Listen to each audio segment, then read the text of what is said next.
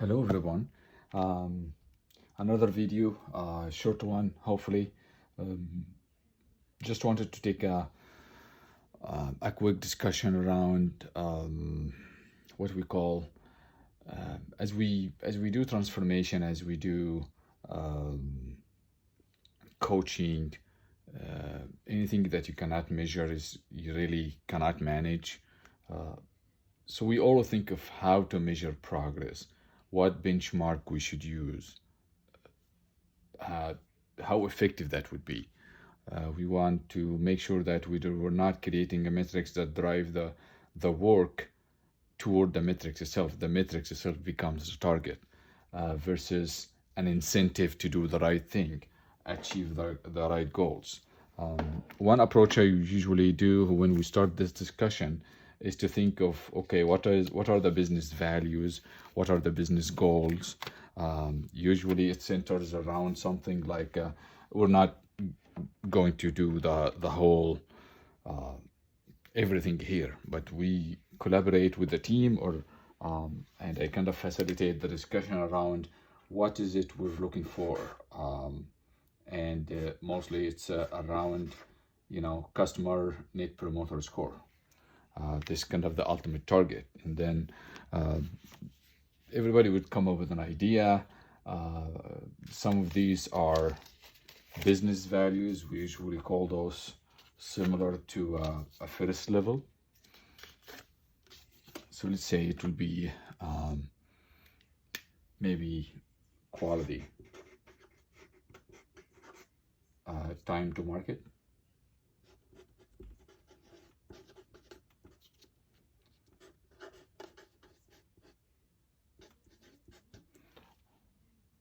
maybe a cycle time,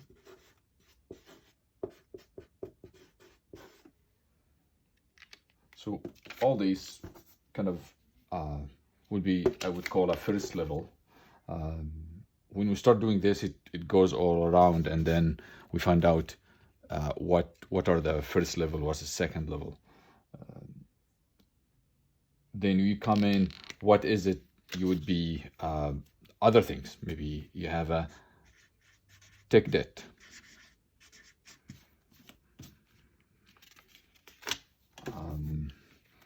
We would have maybe number of builds. So some of these are kind of more technical engineering term. Some of these will be more into the requirement products, maybe story size, how this will affect backlog size, the backlog size. Maybe a merge time. This is the code merge time. How long you do this? Maybe the frequency of the build. Maybe you do a TTD, percentage of time. We start putting these, and maybe a percentage or frequency of code reviews, the quality of code reviews. Let's put that. So code reviews,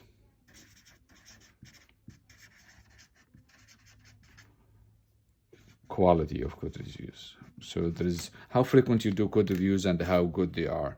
Just to give an idea on different things that we can measure different ways. And then once we put some of this, we reorganize it so it looks maybe kind of related, cluster them. We start connecting these. We usually do our code. Maybe a green means it's the same direction kind of relation. The red is more the inverse or the reverse relation. So if you know that if cycle time increase, NPR would mostly decrease. And let's do a double here. So it affects greatly. It's a direct and a strong relation. Quality increase, NPR increase. So this would be a green, and it's a double. So a single line would be I know correlation, there are some relation. A double line will be a strong relation. Red means kind of inverse relation. And you start doing this, how you think the story size will affect the cycle time? Story size increase, cycle time increase. If you want to connect story size with NPR, you know that you're going through a reverse. If you have two reverse, it helps you. You go to backlog size. The more the backlog size, how this will affect the cycle time. The more you have this, the more the cycle time. So you know from this that anything that's increased cycle time is not good, and this is how you're gonna work on it here. You can find out time to market. If it increased time to market, customer will not be happy. Mostly it's in a reverse. Maybe customer will not feel much, but if the customer asks for it and it takes time, this will be a strong relation. TTD will promote quality. The more you do TTD, the quality will go high, maybe a single line or more. It depends on the culture. The more you do TTD, the less you have a technical debt. The more technical debt, the less the quality. So you can see that this is more, two reverse means equal to this one. We start doing this and we go and we're thinking, now we want to, we agree that this is the relation, that more TTD, more quality, more NPR, smaller size, better cycle time, get you a higher NPR. Of course, merge time give you more frequency. So now we kind of relate this and how we're going to measure. And when we do measures or metrics, we define metrics, or we have different types of metrics. We have a metric that measure the goal. So how we measure NPR will be maybe the scores, average, directions. Absolute mostly does not absolute value for the metrics does not give you much. It's more about the trend, the direction. Are we improving or not, and how? What is the rate of improvement? So we can measure cycle time. These are numbers. This is quantitative, and we're measuring the goal. Some of the practices, so we can have metrics to measure, are we doing the practice? So if I measure the percentage of time you're doing TTD or pair programming, it can be an indication that to give an incentive to teams to do it. So you can, sometimes we define the metrics to incentivize, give incentives to teams to do that, to do something. So there is quantitative metrics. There's also qualitative metrics. If we say the quality of code reviews, how are we going to measure this? It's not a number. It's not a quantity. It's more of, so we get a feeling of this, how we do this, and we measure it. Are we doing a good job in here or not? Maybe the feeling of the team, how much we're doing it. So some qualitative, some quantitative measures, some of these toward the goals and some toward the practices. Are we doing the practices that we think we measure will affect the goals in a dictionary?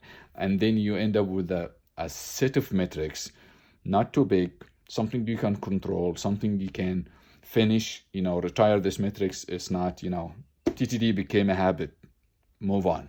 We find some other metrics, and we also have a set of metrics to focus on those for maybe every PI if you're doing safe, or every whatever the cycle you're developing. Once you have this, you measure the trend. You can be doing TTD, but still your quality is not happening. Maybe there is some other things here. You're not merging enough. You're not doing continuous integration. So there is a gap. Things break. You're not getting you're doing the story size smaller, but you cannot have a cycle time. Maybe the stories are not sliced right. You have smaller stories, but you have to wait. You cannot deliver something to the customer until you build maybe 5, 6 stories. One story it's not independent. So that's another factor of that.